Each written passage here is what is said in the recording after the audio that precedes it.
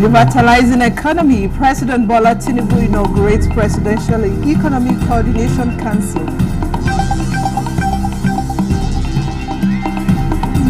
Federal High Court Abuja voids Edo PDP governorship primary.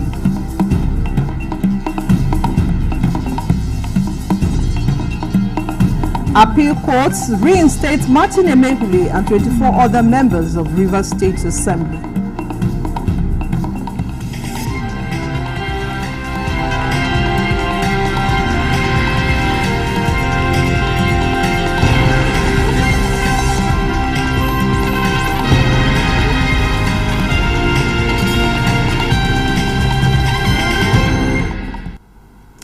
Good evening and a warm welcome to the news desk at 6 on NTA News24. We are live in Abuja. Thanks for joining us. I am Vivian Ezadifi.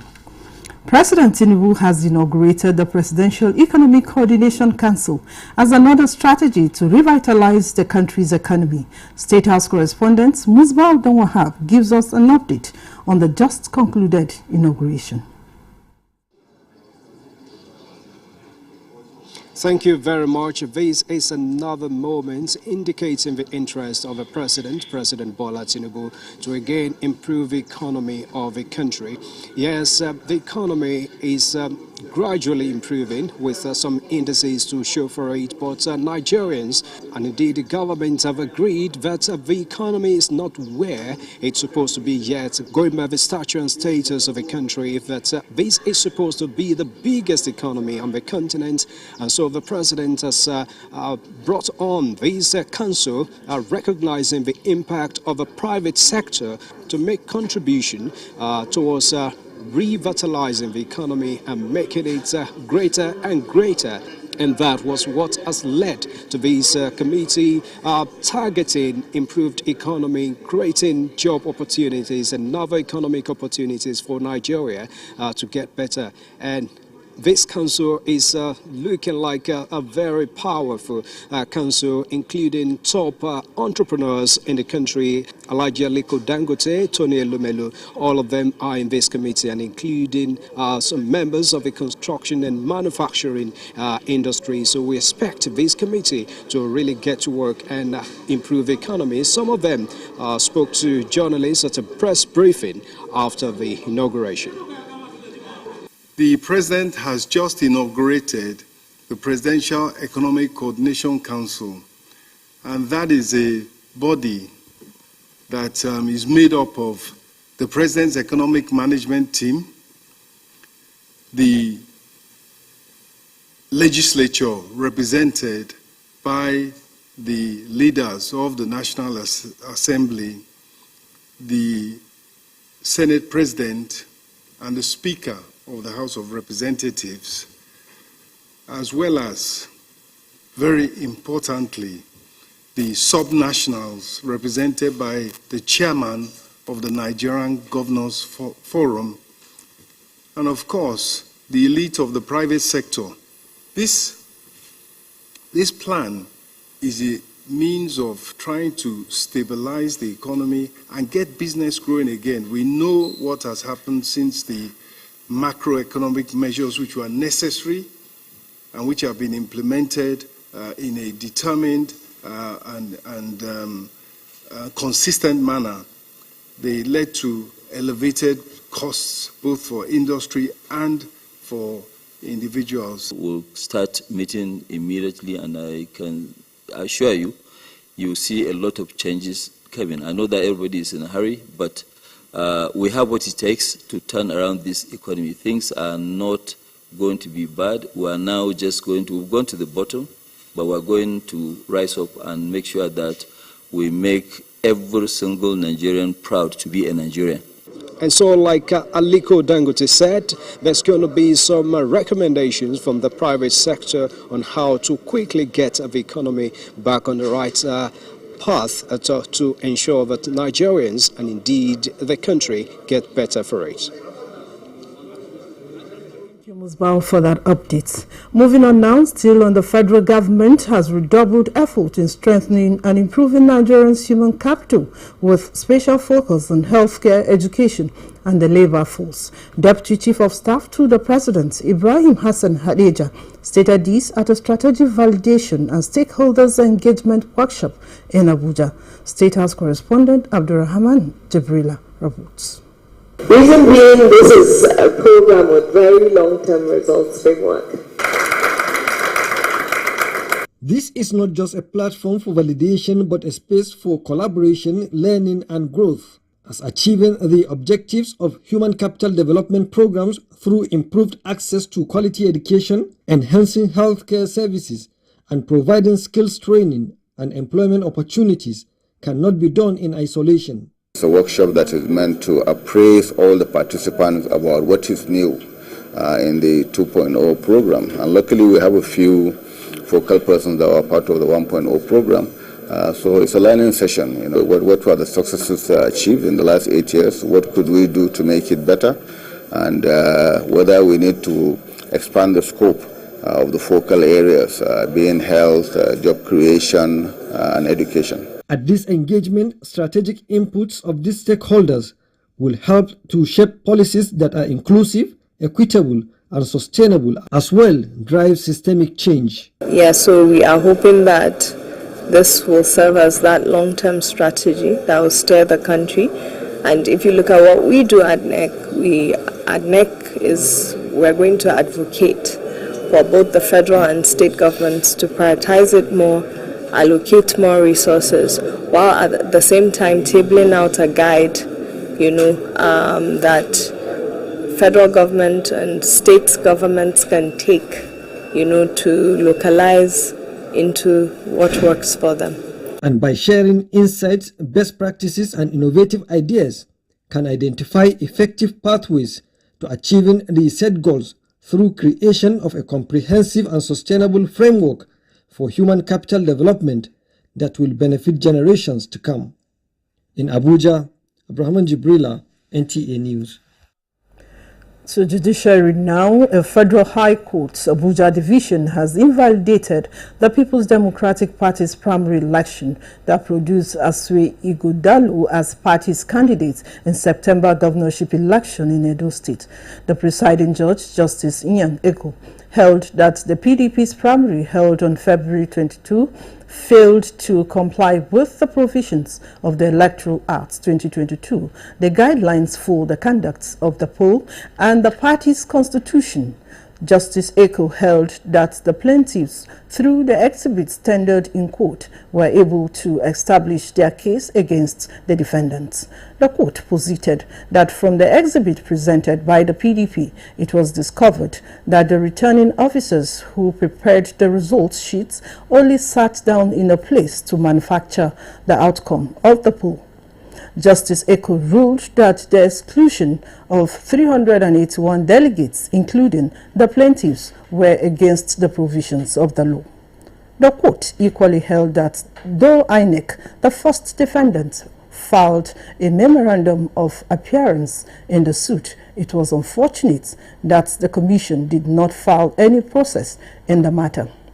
3 aggrieved ad hoc delegates in representative capacity on behalf of the 378 others sued the Independent National Electoral Commission, the PDP, its national secretary, and the vice chairman South as first to fourth defendants. Still from the Temple of Justice, the Court of Appeal has overturned the decision of the lower court which sacked Martin Amehuli and 24 other members from their positions in the Rivers State House of Assembly.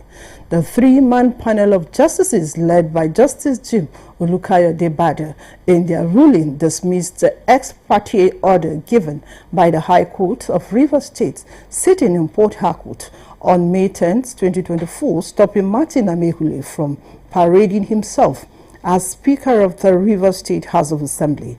It also dismissed the decision of the State High Court stopping 24 other members of the Assembly from accessing the complex or carrying out any such legislative assignment in the name of the Rivers State House of Assembly. The appellate court, in determining the issue of jurisdiction of the lower court to hear and grant an ex parte order, held that the Federal High Court is exclusively and mandatorily the only court that can hear such matters and not a state high court, citing Section 273 of the Constitution. The Speaker, Victor Kojombo, and 2 others are defendants in the matter.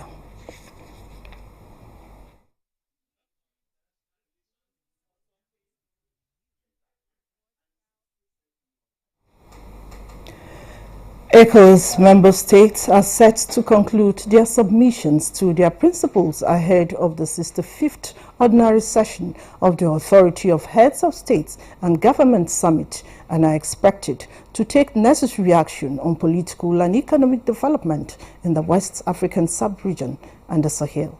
Several issues were raised at the opening of the ministerial regional meeting convened in Abuja. Garbanata Allah reports. It is an engaging and constructive dialogue at the 92nd ordinary session of the ECOWAS Council of Ministers meeting held here in Abuja, which equally had in attendance the Chief Justice of Nigeria, who is the chairman of the ECOWAS Judicial Council.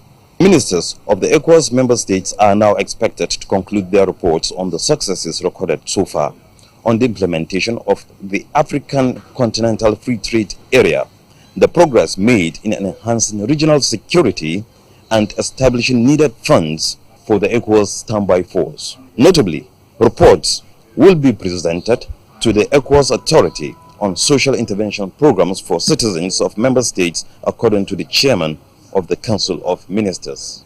We will consider presentations on the memorandum relating to the recommendations of the ECOWAS Judicial Council, a memorandum on the state of implementation of the ECOWAS trade liberalization scheme, as well as the outcome of the 28th Yaba Ministerial Committee meeting, amongst others. President of ECOWAS Commission expressed appreciation to Nigeria for the successful hosting of other member states, while stressing on the financial status of the institution, and urged member states to remain dedicated in pursuing ECOWAS' mandate of achieving peace, unity, and economic prosperity. The developmental goal of our integration is increasingly being questioned with the current dire crisis of food insecurity, inflation, violent extremism, and terrorism, forced displacement, youth bulge, and unemployment, to name just a few. It is becoming increasingly evident that we need to further pool our resources and pursue collective self-reliance for the benefit of our populations. The regional bloc also received a positive feedback from the Republic of Guinea to rescind its decision to exit the community and return to democratic rule, while no framework or response on the return of Niger, Mali, and Burkina Faso. However, a special session will be organized to address other salient issues that affects the ECOWAS community. In Abuja, Garb Muhammad Natala, NTA News. The Sultan of Sokoto and President General Supreme Council for Islamic Affairs, Muhammad Saad Abubakar, says Friday, 5th of July 2024 is the first day for Muslims to look for the new moon of the Muharram 1446 Hijrah.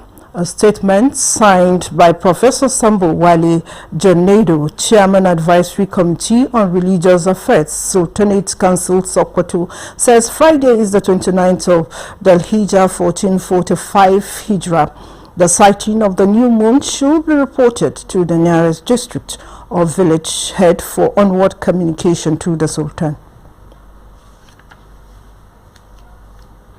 We'll bring you more reports after this timeout. Stay with us. What is fake news? A false information with no verifiable source presented as true story on media platforms with the sole intention of causing injuries, chaos, and disaffection between persons, groups, or countries. Fake news facilitates extremism. Fake news creates panic and distrust. Fake news breeds hatred. Fake news kills. Don't joke with it.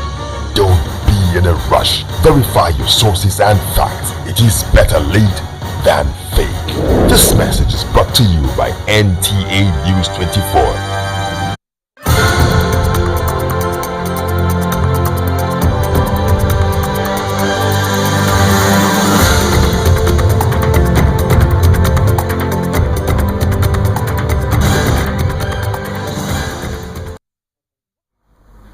Welcome back. The Federal University of Health Sciences, Azare, says its synergy with the University of Miami Health Sciences is targeted at addressing the full range of questions in cancer research and also eliminates cancer health disparities through the development of clinical and other educational activities. At an international convening in research and collaboration in Abuja, oncologists and key players responding to national cancer care speak on prospects of such partnership to health institutions across board. Olusheye Adiabo has details. According to World Health Organization, cancer kills around 10 million people a year and is still a leading cause of death globally. In the data from Global Cancer Observatory, there are more than 100,000 new cases of cancer annually in Nigeria, with the national prevalence of cancer cases and resulting deaths. The leadership of Federal University of Health Sciences, Azare, says it's been more than 3 years of strengthening efforts with professionals abroad on promoting the cause for cancer research through knowledge sharing, with a target of changing the worrisome state of managing the disease in Nigeria and beyond. The next line of action is to continue our research collaboration, training, both at undergraduate, postgraduate and postdoctoral level, which we have already started, and to strengthen this to involve other research institutions and other universities in this country. To expand upon here is bringing multidisciplinary and transdisciplinary care to really affect change on the individual patient level. We're doing that through educational initiatives by teaching gynecologic oncologists here in Nigeria. There's a clinical trial that's going to be launched in Zaria, Amabelo University, and also other humanities, so going beyond just basic science and clinical research. With the team leveraging transatlantic collaboration in cancer research and management, representatives of health institutions across Nigeria and players committed to advancing the fight against cancer applaud the initiative and assure of active participation. The President, that's His Excellency Ahmed Bola Tinubu, is always willing to support such kind of initiative, and it is part of this because of the surge of cancer, generally in the country, that he established the National Institute for Cancer Research and Treatment, and we are ever willing to collaborate with Federal University of Health, Azare. I hope to see more universities come into the network, more research and clinical trials, so that all the groundbreaking innovative treatments that we have for cancer that are existing in the world today, we can test it in our population. So research is here to stay, and we hope going forward that government will increase funding in terms of research. Guests at this meeting are hopeful of a better approach to elevating the quality of services in cancer care and ending medical tourism. In Abuja, Olusheye Adiabo, NTA News. Over 38 million Nigerian farmers will benefit from a crop-to-cash initiative aimed at supporting smallholder farmers in solving most of their challenges. This was disclosed at the relaunch of the National Hotline for Agriculture held in Abuja. Suleiman Abdulwahab reports. Crop-to-Cash, a non-governmental organization, has been assisting Nigerian smallholders farmers with their immediate needs. According to Michael Ogundari, the founder of Crop-to-Cash and his team, farmers can only put a call to them through a national hotline agriculture. You can ask me any question about growing your crops and improving your farm. What would you like me to help you with today? Are you sure? The work that we're doing at Crop-to-Cash involves working with a lot of different partners. We are working directly with the GSMA Innovation Fund, and they are also connected to the different telecommunications providers that we have in the country, of course, which are also linked to the Federal Ministry of Communications, Innovation and Digital Economy. So our work beyond just getting connected to the telcos themselves, we're also connected across the entire agricultural value chain to the big players working in making sure that smallholder farmers can get high quality inputs, and all the services that they need. It's super amazing each time they come out with a new innovation, and to see tangible results, and to see that these farmers are actually benefiting from it, and they're not just launching something that is not useful for the farmers. There are different reasons for food scarcity, and sometimes it's linked to input, sometimes it's linked to weather advisory, not knowing when to plant, what to plant, and then what to apply. But in the long run, if farmers have access to the information they need, quality inputs, and they're able to get all these at a very cheap and low rate, I think it's going to help them actually plant more and ensure that there is high yield and overall less food scarcity. Many smallholder farmers who have benefited from the ingenuity also expressed by saying they are now great extent farmers, courtesy of Crop to Cash initiative. At least they have come to my farm now more than 6 times. This year they have come to my farm. They saw my yam farm, over 2 acres of land. They call on Nigerian farmers to take advantage of the offer to advance and increase their agricultural productivity. In Abuja, Suleiman Abdul-Wahab, NTA News. To promote financial independence and a proactive response to the scarcity of formal job opportunities, the Nigerian Association of Agricultural Students, University of Abuja chapter, is encouraging students of the institution to embrace various entrepreneurial endeavors to carve out opportunities amidst economic uncertainty. This was at the Entrepreneurship Festival held at the University of Abuja to network opportunities and inspire an environment where new ventures can take roots.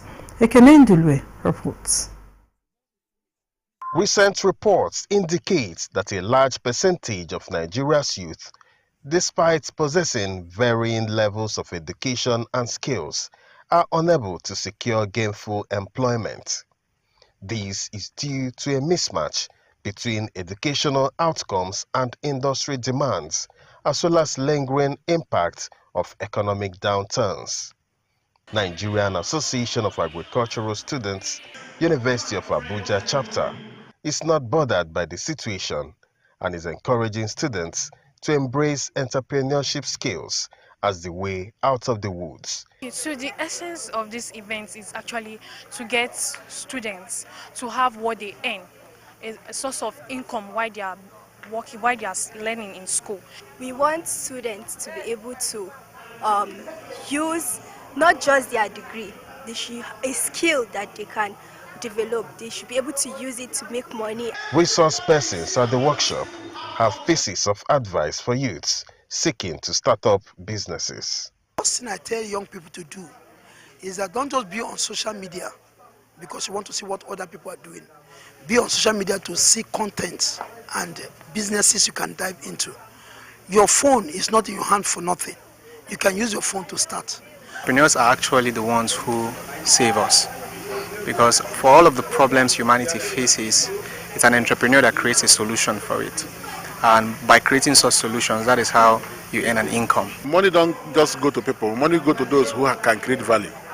It is to identify pains around their communities and design specific solutions to those pains. By harnessing innovation, resilience, and a proactive spirit, these aspiring entrepreneurs believe they are not only forging their own path to economic independence, but also catalyzing potential solutions to long-standing socio-economic challenges. In Abuja, Ekene Ndulwe, NTA News. Now to plastic challenges. Over the years, plastics have found their way into virtually all spheres of life, occupying homes, offices, events, and livelihoods, only to be discarded as wastes and an unending danger to the environment and all lives on Earth. The world is on course to do away with this danger, and Nigeria is on the marks for the takeoff. This is illustrated with the targeted ban, this time of single-use plastics by the federal government. Environment correspondent Mina Daniels will tell us what this means and what lies ahead.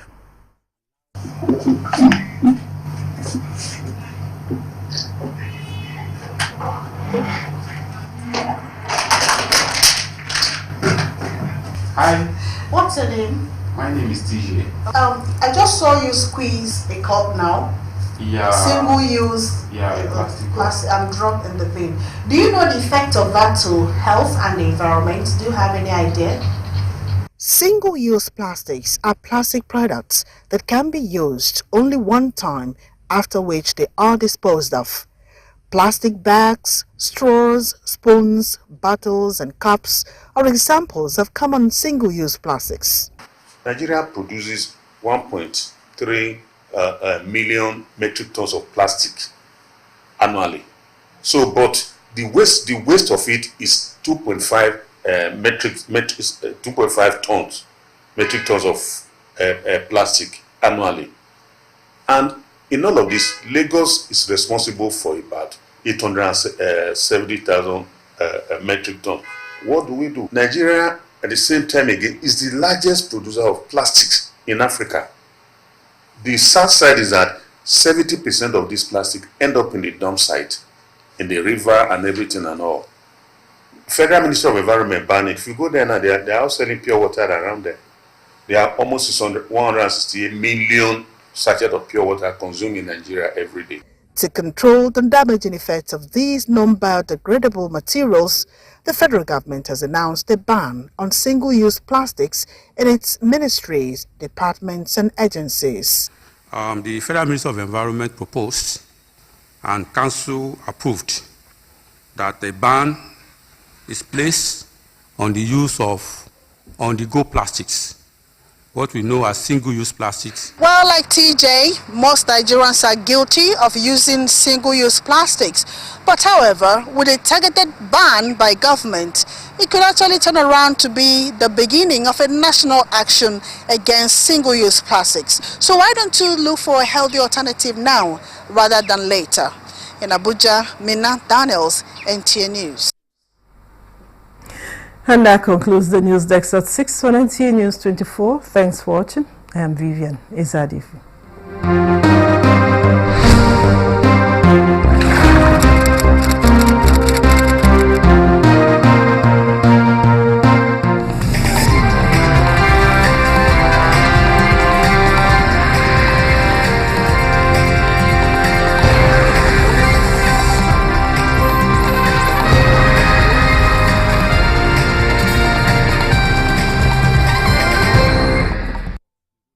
Is also dependent on another aspect or another arm of government. Nowhere in the world will allow under digital economy for banks not to be dispensing